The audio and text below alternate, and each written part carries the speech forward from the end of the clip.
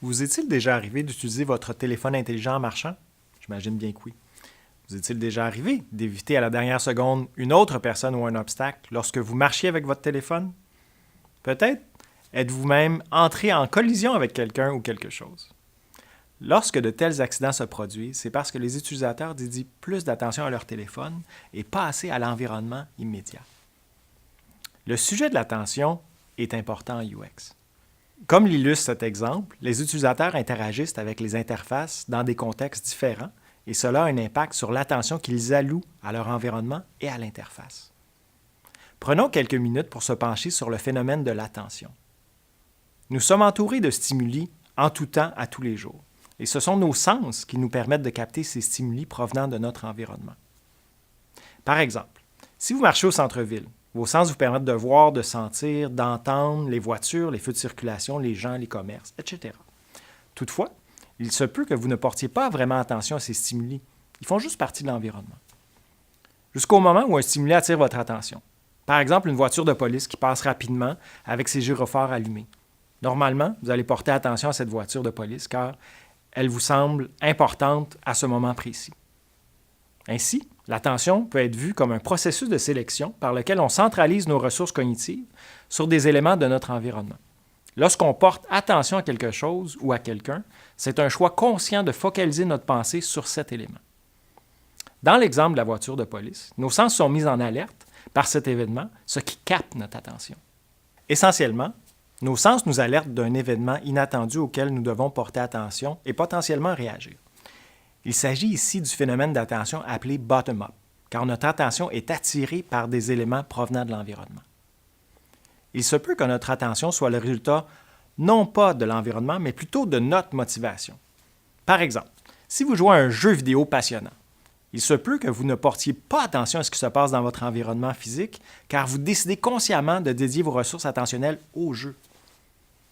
Dans ce cas, il s'agit plutôt du phénomène d'attention appelé top-down. Ce n'est pas les éléments de l'environnement, mais plutôt vous qui décidez sur quoi porter votre attention, c'est-à-dire le jeu.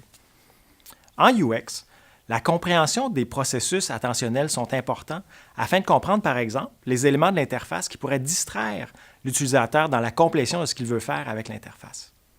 Un site web de nouvelles comme le New York Times sera très intéressé à comprendre où les utilisateurs portent leur attention sur la page d'accueil. Voici le type de questions qu'ils se posent. Qu'est-ce que les utilisateurs regardent en premier? La bannière publicitaire en haut de la page, la nouvelle à gauche, l'image au centre. Sur quel élément de la page passe-t-il plus de temps? Les réponses à ces questions permettront d'optimiser l'interface afin de répondre à la fois aux besoins de l'utilisateur, c'est-à-dire s'informer, et aux besoins de l'organisation, offrir un service de qualité tout en rencontrant des objectifs de rentabilité.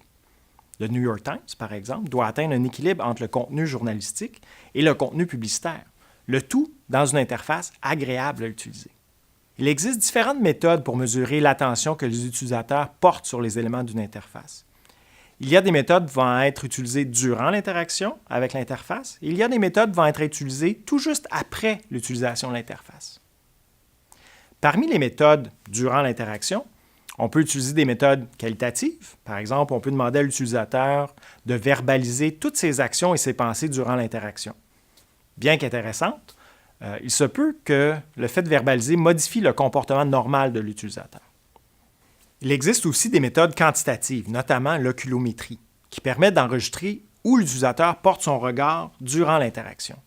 Bien que plus coûteuse, cette méthode permet d'observer avec précision le parcours visuel de l'utilisateur, ce qui permet d'identifier les éléments de l'interface les plus consultés et aussi dans quel ordre l'utilisateur les consulte. Tel que mentionné, lorsqu'on porte attention à certains éléments de notre environnement, on traite ces éléments de manière consciente.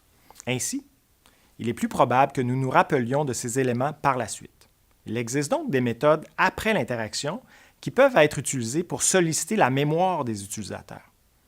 Par exemple, suite à l'interaction avec une interface, on peut demander à l'utilisateur d'énumérer les éléments dont il se rappelle avoir vu ou utilisé sur l'interface. Bien que cette méthode comporte certaines limites liées à la mémoire, elle est simple et facile à utiliser. Une autre méthode intéressante est d'enregistrer la vidéo de l'interaction avec l'interface et après l'interaction, de demander à l'utilisateur d'expliquer ses actions et pensées en visionnant l'interaction. Telles que mentionnées, toutes ces méthodes ont des forces et des faiblesses, mais elles ont toutes le même objectif, c'est-à-dire de comprendre à quoi l'utilisateur porte attention lors de son interaction avec l'interface. Cette compréhension de l'attention permet aux designers de proposer des interfaces optimisant l'expérience utilisateur.